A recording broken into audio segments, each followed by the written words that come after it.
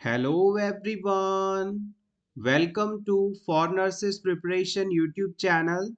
I am Neeraj Kumar Kaithal. आज की इस क्लास में हम डिस्कस करने वाले हैं कम्युनिटी हेल्थ नर्सिंग से कुछ इम्पोर्टेंट टर्मिनोलॉजीज जो कि आपके लिए जानना बहुत ही इसेंशियल है और कई बार यहाँ से क्वेश्चंस भी पूछे जाते हैं. Let's begin. सबसे पहले हम बात करते हैं कम्युनिटी की डेफिनेशन होती क्या है. Community is a group of population living in fixed geographical area. किसी निश्चित जियोग्राफिकल एरिया में एक निश्चित क्षेत्र में रहने वाले लोगों का ग्रुप कम्युनिटी कहलाता है. जैसे कि मान लीजिए आप किसी विशेष एरिया में रहते हैं, आपके इस एरिया के अंदर कितने लोग मौजूद हैं, उन सभी का समूह जो है वो कम्युनिटी कहलाता है. Group of population living in fixed geographical area is known as community. इसे हिंदी में हम समुदाय के नाम से भी जानते हैं. नेक्स्ट हम बात करते हैं कम्युनिटी हेल्थ नर्सिंग क्या होता है. किसी कम्युनिटी यानी समुदाय के लोगों को उन्हीं के एनवायरनमेंट में यानी जहां वो रहते हैं बीमार होने पर प्रिवेंटिव, प्रोमोटिव और रिहैबिलिटेटिव हेल्थ केयर प्रोवाइड करना कम्युनिटी हेल्थ नर्सिंग कहलाता है. कम्युनिटी में लोगों को हेल्थ सर्विसेज देना जो कि प्रिवेंटिव हो सकती है यानी कि डिजीज होने से पहले डिजीज ना हो ऐसी सेवाएं देना. प्रोमोटिव होती है यानी डिजीज हो जाए तो उनकी हेल्थ को कैसे बेहतर किया जाए, प्रमोट किया जाए.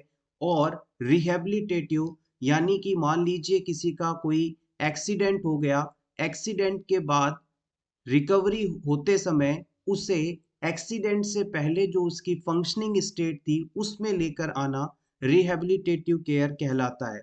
तो कम्युनिटी हेल्थ नर्सिंग वह शाखा है जो कि किसी कम्युनिटी के लोगों को उन्हीं के एनवायरनमेंट में प्रिवेंटिव, प्रोमोटिव और रिहैबिलिटेटिव केयर प्रोवाइड करती है. नेक्स्ट टर्म है infection. Lodgement and multiplication of infectious agent into body is called infection. किसी भी infectious agent यानी जिससे हमें infection हो सकता है उसका हमारे शरीर में आना और अपनी संख्या को बढ़ाना जिसकी वजह से हमें साइन एंड सिम्टम्स आते हों, ये पूरा प्रोसेस इन्फेक्शन कहलाता है. इन्फेक्शियस एजेंट का शरीर में आना और अपनी संख्या को बढ़ाना इन्फेक्शन कहलाता है. नेक्स्ट, इसे आप very very very most important लगा सकते हैं, नोजोकोमियल इन्फेक्शन. एग्जाम्स में इसे कई बार पूछा गया है. नोजोकोमियल इन्फेक्शन को आप हॉस्पिटल एक्वायर्ड इन्फेक्शन के नाम से भी जानते हैं. जब कोई पेशेंट हॉस्पिटल में एडमिट हो जाता है और उसे 48 घंटे का समय हॉस्पिटल में पूरा हो चुका है और अब उसे यदि कोई इन्फेक्शन होता है जो कि एडमिशन के समय नहीं था, तो इस इन्फेक्शन को हम हॉस्पिटल एक्वायर्ड इन्फेक्शन या नोजोकोमियल इन्फेक्शन के नाम से जानते हैं. अगर आपसे पूछ लिया जाए कि मोस्ट कॉमन नोजोकोमियल इन्फेक्शन कौन सा है तो आप बता सकते हैं यूरिनरी ट्रैक्ट इन्फेक्शन, यूटीआई. और यूरिनरी ट्रैक्ट इन्फेक्शन का मोस्ट कॉमन कॉज कौन सा है तो आप बता सकते हैं ई कोलाई नामक बैक्टीरिया. नेक्स्ट बहुत ही इंपॉर्टेंट टर्म है अपॉर्चुनिस्टिक इन्फेक्शन. अपॉर्चुनिस्टिक इन्फेक्शन क्या होता है? ऐसा कोई भी इन्फेक्शन जो कि अपॉर्चुनिटी मिलने पर यानी अवसर मिलने पर होता हो. एग्जाम्पल की बात की जाए तो जब किसी व्यक्ति को एचआईवी का इन्फेक्शन होता है और फिर एड्स डिजीज हो जाता है तो उसकी इम्यूनिटी बहुत ज़्यादा कमज़ोर हो जाती है, वीक हो जाती है. और कमज़ोर इम्यूनिटी होने पर इस चीज़ का फ़ायदा उठाकर माइकोबैक्टीरियम ट्यूबरकुलोसिस नामक बैक्टीरिया इस व्यक्ति को बीमार कर देता है यानी उसे टीबी डिजीज कॉज कर सकता है। वैसे माइकोबैक्टीरियम ट्यूबरक्लोसिस बैक्टीरिया हमारे आसपास मौजूद है, लेकिन ये हमें प्रभावित नहीं कर पाता क्योंकि हमारी इम्यूनिटी इतनी मजबूत होती है कि वो इसे अंदर ग्रो करने नहीं देती। लेकिन अगर शरीर की इम्यूनिटी कम हो जाए तो तुरंत इस बैक्टीरिया को ग्रो करने का अवसर मिल जाता है, अपॉर्चुनिटी मिल जाती है और ये तुरंत अपनी संख्या को बढ़ाने लगता है।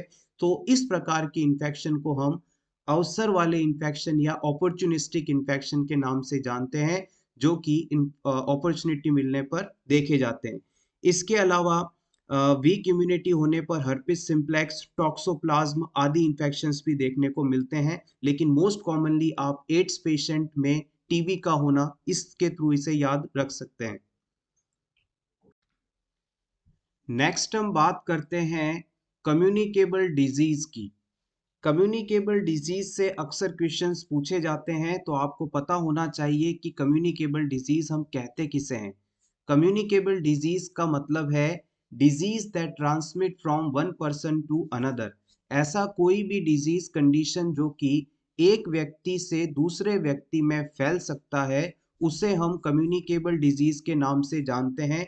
कई बार इसे हम कंटेजियस डिजीज भी कह देते हैं। आप चाहें तो नोट कर लीजिएगा, कंटेजियस डिजीज यानी कि एक से दूसरे में फैलने वाला। एग्जाम्पल की बात की जाए तो ट्यूबरक्लोसिस हो सकता है, टीबी, कोविड-19 हो सकता है। ये सभी एक व्यक्ति से दूसरे व्यक्ति में फैलते हैं। कोविड-19 की फुल फॉर्म के बारे में आप सभी जानते ही होंगे। यहाँ पर CO का मतलब है कोरोना, वी का मतलब है VI का मतलब है वायरस और डी का मतलब है डिजीज। और ये 2019 के अंदर आया था, इसलिए इसमें आगे 19 लिखा जाता है। तो Covid 19 means corona virus disease 2019 में आया था। इस तरह से आप इसे याद रख सकते हैं। Next, non communicable disease. Non communicable disease का मतलब है ऐसा कोई भी डिजीज जो एक व्यक्ति से दूसरे व्यक्ति में ट्रांसमिट नहीं होता है, नॉन कम्युनिकेबल डिजीज कहलाता है। इसे हम नॉन कंटेजियस डिजीज के नाम से भी जानते हैं। एग्जाम्पल की बात की जाए तो हाइपरटेंशन, डायबिटीज आदि। नेक्स्ट टर्म है कंटेमिनेशन। आपने कम्युनिटी में कई बार इस वर्ड को सुना होगा। कंटेमिनेटेड हैंड्स हैं, कंटेमिनेटेड लिनन है, कंटेमिनेटेड आर्टिकल है। ये कंटेमिनेशन शब्द होता क्या है? कंटेमिनेशन का सिंपल मीनिंग होता है इन्फेक्शन से ग्रसित होना, यानी कि गंदा। ऐसी कोई भी वस्तु या ऐसा कोई भी आर्टिकल या कपड़ा जिसके ऊपर इन्फेक्शियस एजेंट यानी डिजीज कॉज करने वाले एजेंट मौजूद हैं, तो वो उसे हम कंटेमिनेशन कहते हैं, कंटेमिनेटेड आर्टिकल कहते हैं। एक बार फिर से समझिएगा, presence of infectious agent upon any article और surface is known as contaminated substance. Next word है इन्फेस्टेशन। इन्फेस्टेशन का सिंपल मीनिंग होता है इन्फेक्शियस एजेंट का बॉडी या कपड़ों पर पहुंचना। अगर कोई आर्थ्रोपॉड यानी डिजीज कॉज करने वाला माइक्रो ऑर्गेनिज्म किसी व्यक्ति की बॉडी सरफेस पर पहुंच गया है या उसके क्लॉथ्स पर मौजूद है, तो हम इस कंडीशन को इन्फेस्टेशन का नाम देते हैं। कंटेमिनेशन जो वर्ड है वो मोस्टली आर्टिकल्स के लिए, किसी वस्तु के लिए इस्तेमाल किया जाता है, जबकि इन्फेस्टेशन किसी व्यक्ति या उसके क्लॉथिंग पर माइक्रो ऑर्गेनिज्म या आर्थ्रोपोड्स का पहुंचना के लिए दर्शाने के लिए इन्फेस्टेशन शब्द का इस्तेमाल किया जाता है। ये थोड़ा सा माइन्यूट सा फर्क है, इस टर्मिनोलॉजी को ध्यान रखिएगा। नेक्स्ट हम बात करते हैं फोमाइट्स की। फोमाइट्स क्या है? inanimate object other than food and water that can transmit infectious agent to human being।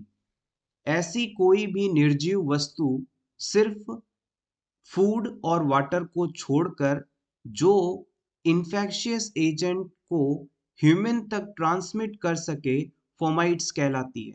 एक बार फिर से समझिएगा, खाना और पानी इन दो चीजों को छोड़कर जितनी भी निर्जीव वस्तुएं हैं, इनएनिमेट नॉन लिविंग सब्सटेंसेस हैं, उनके द्वारा यदि किसी इन्फेक्शन को ह्यूमंस में पहुंचाया जाता है तो ये सभी फोमाइट्स कहलाती हैं। नेक्स्ट हम बात करते हैं वेक्टर की। वेक्टर क्या होता है? Any arthropods which can transfer infectious agent from infected person to normal or healthy person। मान लीजिए इसे एक डायग्राम के थ्रू हम समझते हैं। जैसे कि ये एक पर्सन है जिसे मलेरिया डिजीज हो रखा है। अब इस पर्सन को किसी मॉस्किटो ने बाइट किया, किसी मॉस्किटो ने इसे बाइट किया और ये मॉस्किटो यहाँ से इसे बाइट करने के बाद अब किसी हेल्दी पर्सन तक आकर उसे बाइट करता है और इसे भी मलेरिया डिजीज कॉज कर देता है। तो यहाँ पर ये जो मॉस्किटो है ये एक वेक्टर की तरह काम कर रहा है। वेक्टर का मतलब है कि किसी डिजीज से सफरिंग पर्सन से कांटेक्ट में आकर उस डिजीज को उस पर्सन से हेल्दी पर्सन में ट्रांसमिट करने वाला जो माध्यम है, मीडियम है, उसे हम वेक्टर कहते हैं। ये कुछ भी हो सकता है, सिंपली याद रखिएगा मलेरिया का। नेक्स्ट टर्म आती है रिजर्वेयर। रिजर्वेयर का मतलब है एनी ह्यूमन बीइंग, एनिमल और inanimate object that contain infectious agent. ऐसा कोई भी ह्यूमन हो, एनिमल हो या कोई निर्जीव वस्तु हो जिस पर इन्फेक्शन कॉज करने वाले एजेंट रहते हों, रिजर्वेयर कहलाता है। सिंपली कहें तो इन्फेक्शियस एजेंट जिस जगह पर रहते हैं, सरवाइव करते हैं, वो उस जगह रिजर्वेयर है। अब वो चाहे ह्यूमन की बॉडी हो, एनिमल की बॉडी हो या फिर कोई आर्टिकल की सरफेस हो, यानी इनएनिमेट ऑब्जेक्ट हो, निर्जीव वस्तु हो। इस तरह से आप इसे याद रखेंगे। नेक्स्ट टर्म है ससेप्टिबल होस्ट। इंपॉर्टेंट है, इससे प्रीवियसली पूछा भी गया है। Susceptible host any human or animal which provides favorable environment for growth and multiplication of infectious agent। ऐसा कोई भी ह्यूमन या एनिमल जिसमें किसी इन्फेक्शन के एजेंट की ग्रोथ और मल्टीप्लिकेशन की संभावना बहुत ज़्यादा हो, उसे हम ससेप्टिबल होस्ट के नाम से जानते हैं। आप सिंपली समझिएगा, ऐसा कोई व्यक्ति जिसकी इम्यूनिटी कमजोर है और उसमें रोग होने की क्षमता, डिजीज होने की जो चांस है वो बढ़ जाती है, तो ऐसे व्यक्ति को हम ससेप्टिबल होस्ट कहेंगे। एग्जैक्ट डेफिनेशन के अनुसार ऐसा कोई भी ह्यूमन या एनिमल जिसमें इम्यूनिटी कमजोर हो, यानी डिजीज के होने की संभावना ज्यादा हो, फेवरेबल एनवायरनमेंट हो जिसमें पहुंचते ही इन्फेक्शियस एजेंट बहुत ही तेजी से ग्रो करे, अपने नंबर्स को बढ़ा सके, उसे हम ससेप्टिबल होस्ट के रूप में जानते हैं। नेक्स्ट हम बात करते हैं जूनोसिस की। जूनोसिस टर्म का मतलब होता है any disease that transferred from animal to human. ऐसा कोई भी डिजीज जो कि एनिमल से ह्यूमन में ट्रांसफर हो, जूनोसिस या जूनोटिक डिजीज कहलाता है। ऐसा कोई भी डिजीज जो कि किसी एनिमल को हो रखा है और एनिमल से ह्यूमन में वो यदि ट्रांसमिट होता है तो इसे हम जूनोटिक डिजीज या जूनोसिस के नाम से जानते हैं। एग्जाम्पल की बात की जाए तो प्लेग जो कि यार्सीनिया पेस्टिस द्वारा होता है, रेबीज जो कि रेहेप्टो वायरस या लाइसा वायरस द्वारा होता है। सो एवरीवन, ये था हमारा आज का वीडियो जिसमें हमने कम्युनिटी हेल्थ नर्सिंग सब्जेक्ट से कुछ इम्पोर्टेंट और बेसिक टर्मिनोलॉजी को डिस्कस किया। ये सभी टर्म्स अपकमिंग CHO एग्जाम्स के लिए स्पेशली इम्पोर्टेंट रहने वाली हैं। आप चाहें तो इन सभी का स्क्रीनशॉट ले लें या फिर इन्हें नोट डाउन कर लें। Thank you so much. Class अच्छी लगी हो तो जरूर लाइक कर दीजिएगा। Best of luck.